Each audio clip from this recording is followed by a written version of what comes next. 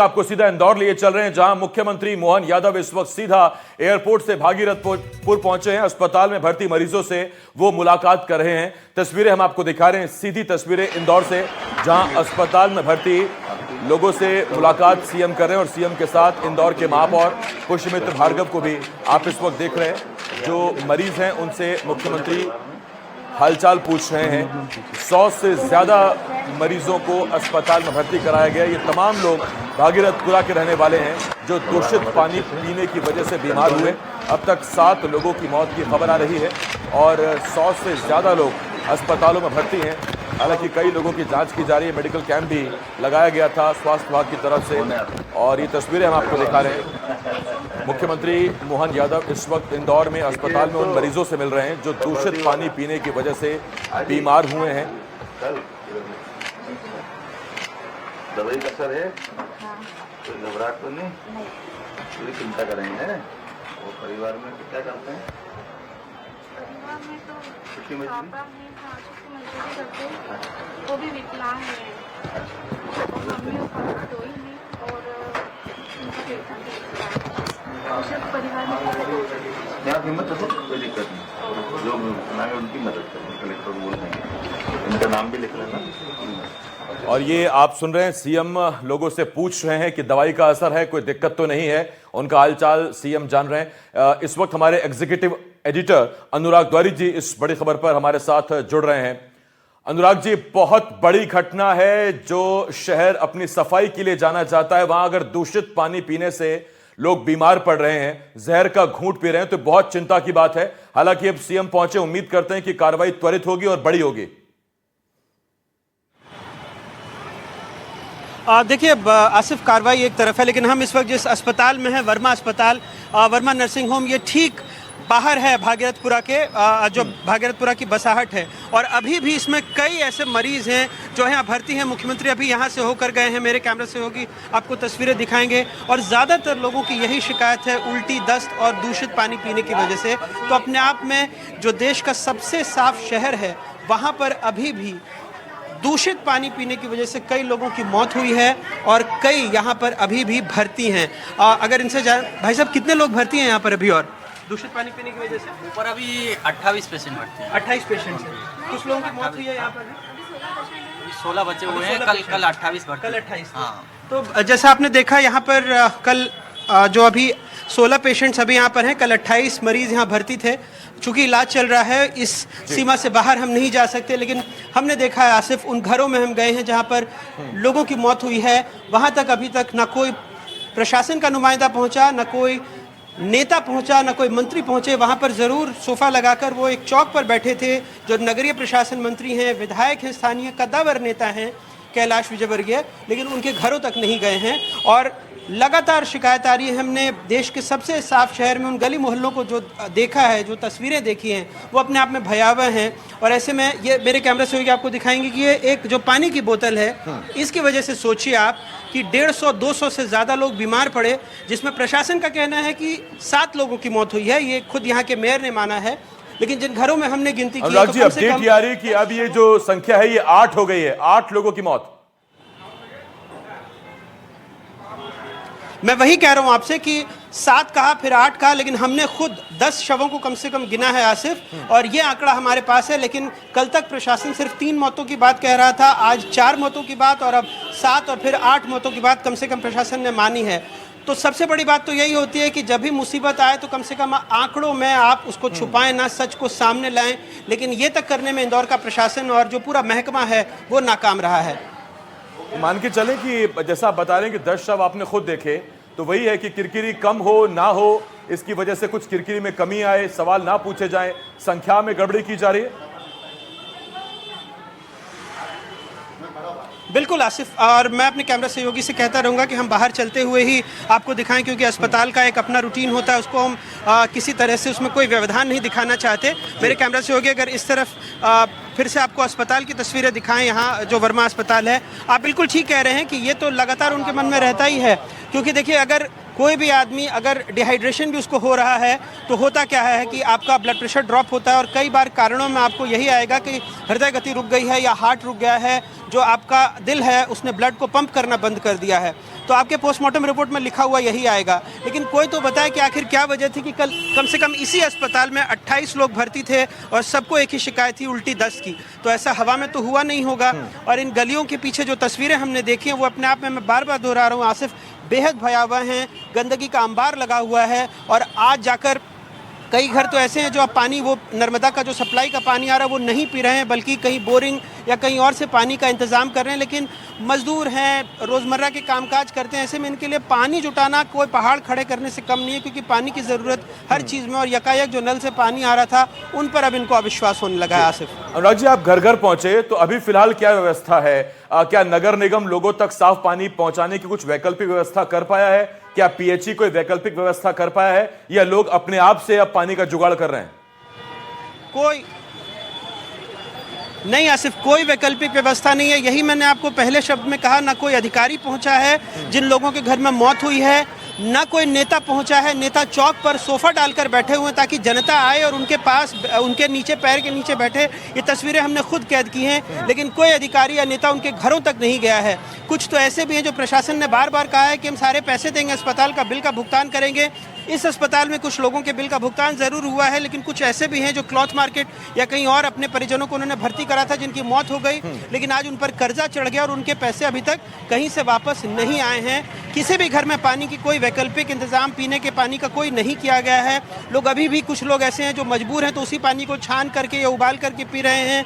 जो समर्थ है वो कहीं से बिस्लरी के पानी का जुगाड़ कर रहे हैं, और जो जिनके पास आसपास अगर कहीं कोई बोरिंग की व्यवस्था है तो उस बोरिंग के पानी का इस्तेमाल कर रहे हैं। जी अनुराग जी, बहुत धन्यवाद। मैं लौटूंगा आपके पास, अपडेट लेता रहूंगा आपसे। बहुत शुक्रिया फिलहाल इस तमाम जानकारी के लिए। हमारे एग्जीक्यूटिव एडिटर अनुराग द्वारी इस वक्त इस बड़ी खबर पर हमारे साथ जुड़े हुए थे, जानकारी दे रहे थे, और वो एक प्राइवेट नर्सिंग होम के बाहर थे।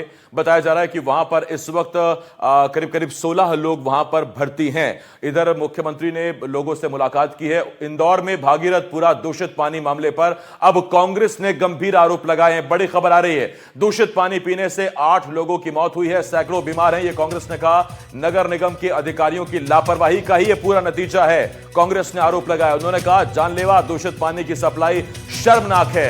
मौत की जवाबदेही क्यों तय नहीं की जा रही है? यह लापरवाही नहीं, जनता की जान से खिलवाड़ है। कांग्रेस ने कहा, केवल बयानबाजी नहीं, जिम्मेदारों पर कार्रवाई होनी चाहिए। और जिम्मेदारों के नाम पर अब तक कुछ इंजीनियर्स, डिप्टी इंजीनियर्स पर गाजगिरी है, उन्हें सस्पेंड किया गया है, लेकिन ना तो कोई एफआईआर हुई है, ना ही किसी बड़े अधिकारी पर अब तक कोई कार्रवाई हुई है।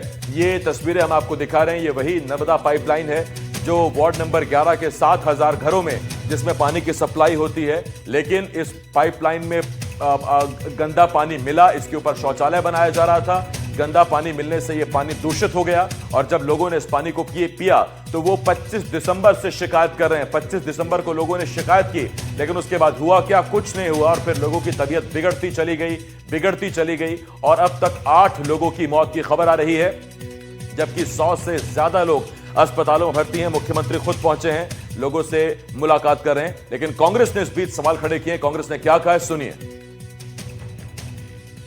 स्वच्छ शहर का तमगा लगा इंदौर में कि भागीरथपुरा में दूषित जल पीने से होने वाली मौतें और सैकड़ों लोग जो बीमार हुए, निश्चित रूप से स्तब्ध करने वाली घटना है, शर्मनाक घटना है।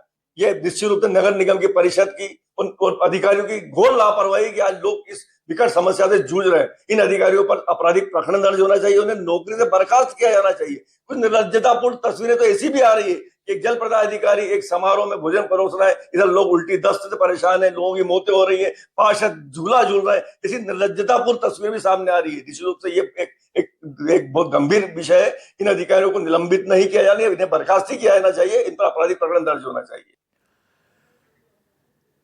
और इसी मामले से जुड़ी हुई एक और बड़ी खबर इस वक्त आपको बताते हैं। दूषित पानी से मौत के मामले में इंदौर हाई कोर्ट ने आदेश जारी किया है। हाई कोर्ट की इंदौर बेंच ने सभी का मुफ्त इलाज कराने का आदेश दिया है। हाई कोर्ट ने सरकार से मरीजों की स्टेटस रिपोर्ट भी तलब की है। 2 जनवरी को प्रदेश सरकार को यह रिपोर्ट पेश करनी होगी, यानी 3 दिन है सरकार के पास। एक आज का दिन, आप इसे मान के चल निकल ही गया, 1 और 2 दिन का वक्त है। रितेश इंसानी ने जनहित याचिका दायर की थी, और उसी जनहित याचिका पर हाईकोर्ट की इंदौर बेंच ने यह आदेश जारी किया। हाईकोर्ट ने आदेश दिया कि सभी बीमारों का मुफ्त इलाज कराया जाएगा, वो चाहे सरकारी अस्पताल में हो, वो चाहे प्राइवेट अस्पतालों में हो, किसी नर्सिंग होम में हो। हाईकोर्ट ने सरकार से मरीजों की स्टेटस रिपोर्ट भी मांगी है। 2 दिनों का वक्त दिया है। 2 जनवरी को प्रदेश सरकार को इस बारे में रिपोर्ट हाईकोर्ट में पेश करनी होगी।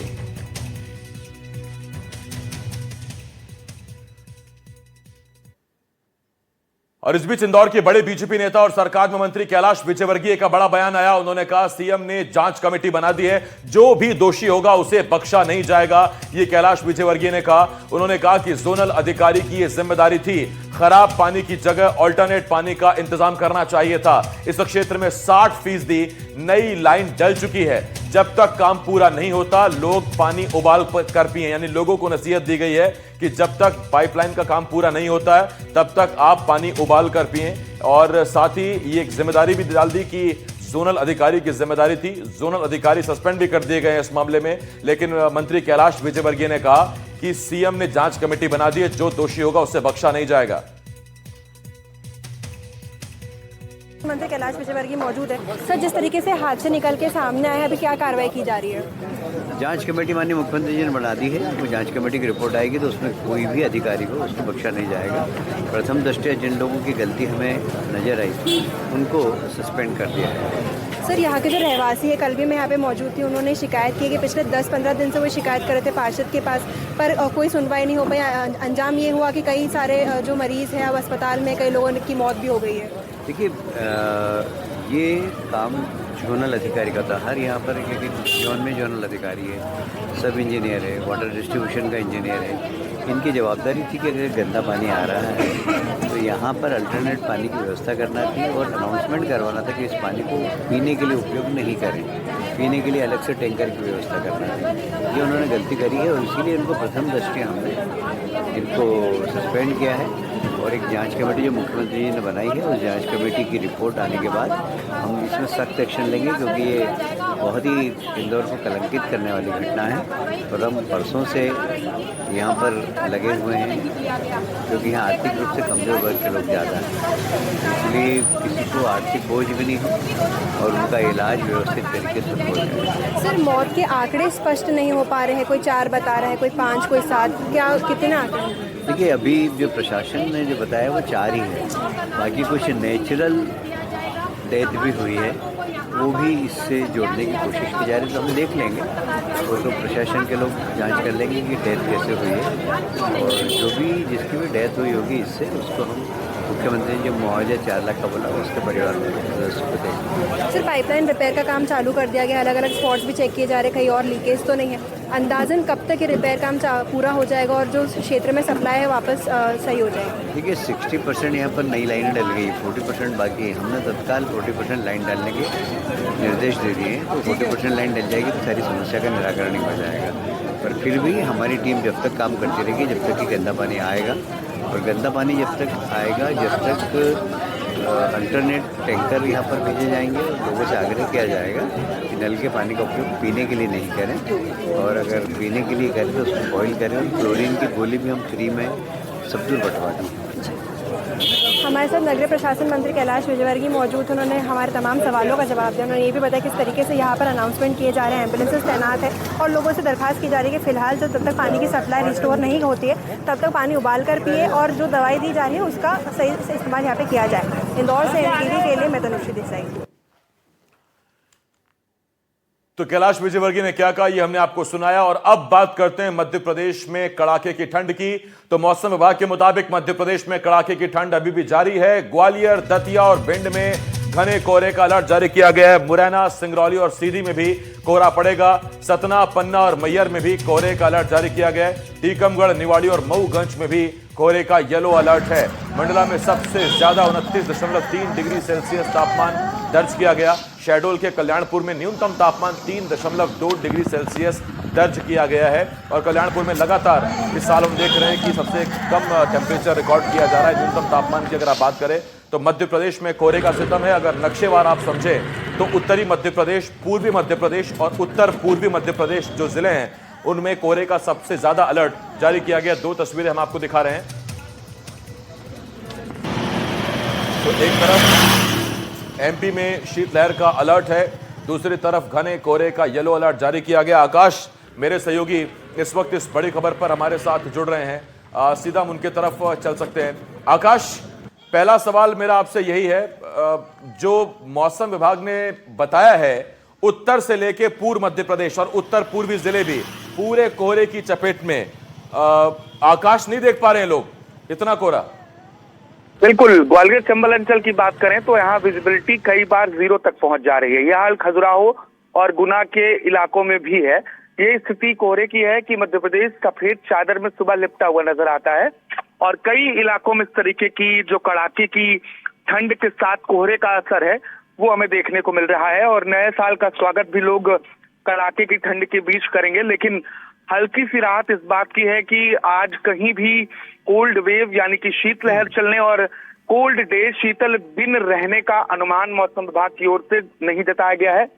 लेकिन जो अन्य राज्यों में बर्फबारी हो रही है उसका असर जरूर मध्य प्रदेश में लगातार देखने को मिल रहा है। यही वजह है कि हम मौसम में परिवर्तन देख रहे हैं और ठंड का जो एहसास है वो बहुत अधिक हो रहा है। पिछले कुछ दिनों से शहडोल का कल्याणपुर सबसे कम न्यूनतम तापमान वाला क्षेत्र बना हुआ है। पहले ये स्थिति अमूमन हम नौगांव में देखते थे जो छतरपुर के पास स्थित है, या फिर पचमढ़ी के इलाकों में देखते थे जो मध्य प्रदेश का एकमात्र हिल स्टेशन है। लेकिन इस बार हवाओं का रुख ऐसा है कि कल्याणपुर लगातार सबसे ठंडा शहर मध्य प्रदेश का बना हुआ है।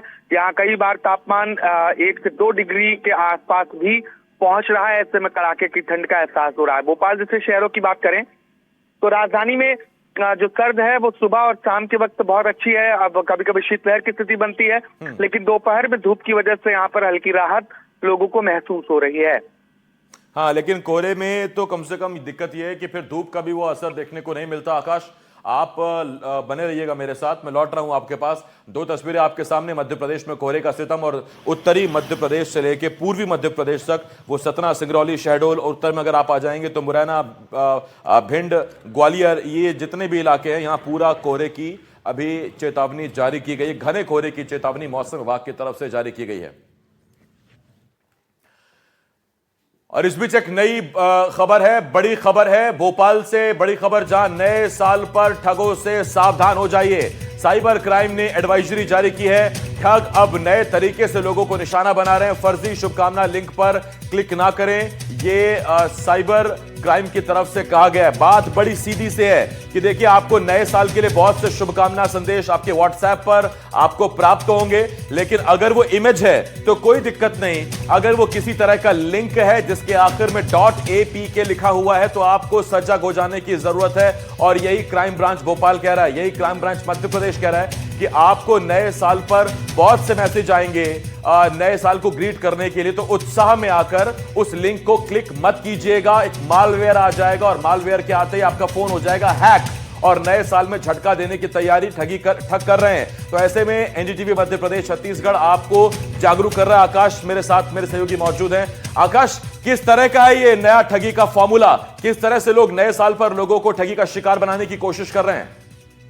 देखिए, नए मॉडस ऑपरेंडी के साथ हर बार साइबर ठग लोगों को ठगने की कोशिश करते हैं। ऐसे में लोगों को सतर्क रहने की अपील साइबर क्राइम भोपाल ने की है और खास तौर पर यह चेतावनी दी गई है, समझाइश दी गई है कि किसी भी तरीके का जो शुभकामना संदेश है उस शुभकामना संदेश को डाउनलोड करने से पहले उससे आप देखें, क्योंकि कई बार एपीके फाइल आपसे डाउनलोड करवा दी जाएगी। एनीडेक्स एप्लीकेशन से आपका मोबाइल का एक्सेस के पास चला जाएगा और आप ठगी का शिकार हो सकते हैं। लोग इस तरीके से मैसेज भेजते हैं कि उसमें हैप्पी न्यू ईयर .apk इस टाइप का आपको मैसेज मिलेगा, जिसे आप डाउनलोड करते ही इस माया जाल में उलझ जाएंगे। एक नया ट्रेंड ये भी है कि इस बार फोटो के जरिए आप जैसे ही फोटो किसी अननोन नंबर से आपके पास आता है, आप उसको डाउनलोड करते हैं तो उस फोटो के जरिए भी एपीके डाउनलोड हो जा रहा है। इसकी जानकारी आपको तब लग रही है जब आप ठगी का शिकार हो जा रहे हैं। तो जो अपरिचित नंबर, जो अननोन नंबर हैं, अगर उन नंबर से आपके पास मैसेज आ रहे हैं तो आपको उससे भी सतर्क रहने की जरूरत है। आपको जरूरी नहीं लगता है तो कोई भी फाइल अपने फोन में डाउनलोड ना करें, क्योंकि ये ठगों की एक चाल हो सकती है, इसका आप शिकार बन सकते हैं। और भोपाल साइबर क्राइम ने यही अपील की है कि नया वर्ष मनाएं, लेकिन बहुत सावधानी के साथ, ताकि आप साइबर क्राइम से बचे रहें। बिल्कुल, और नया साल की शुरुआत ही खराब ना हो जाए, आप ठगी का शिकार ना हो जाएं। सतर्क रहिए, सजग रहिए, अपने पैसे बचाइए। बहुत धन्यवाद आपका आकाश, इस तमाम जानकारी के लिए। आकाश मेरे सहयोगी इन बड़ी खबरों पर हमारे साथ जुड़े हुए थे। और इसी से आगे बढ़ते हैं। बड़ी खबर, नए साल पर नर्मदापुरम के लोगों से पुलिस अधीक्षक एसपी ने अपील की है, शराब पीकर गाड़ी ना चलाएं, ज्यादा देर डीजे ना चलाने की भी अपील की गई है। तो ड्रिंक एंड ड्राइव करने से नर्मदापुरम एसपी ने लोगों से अपील की।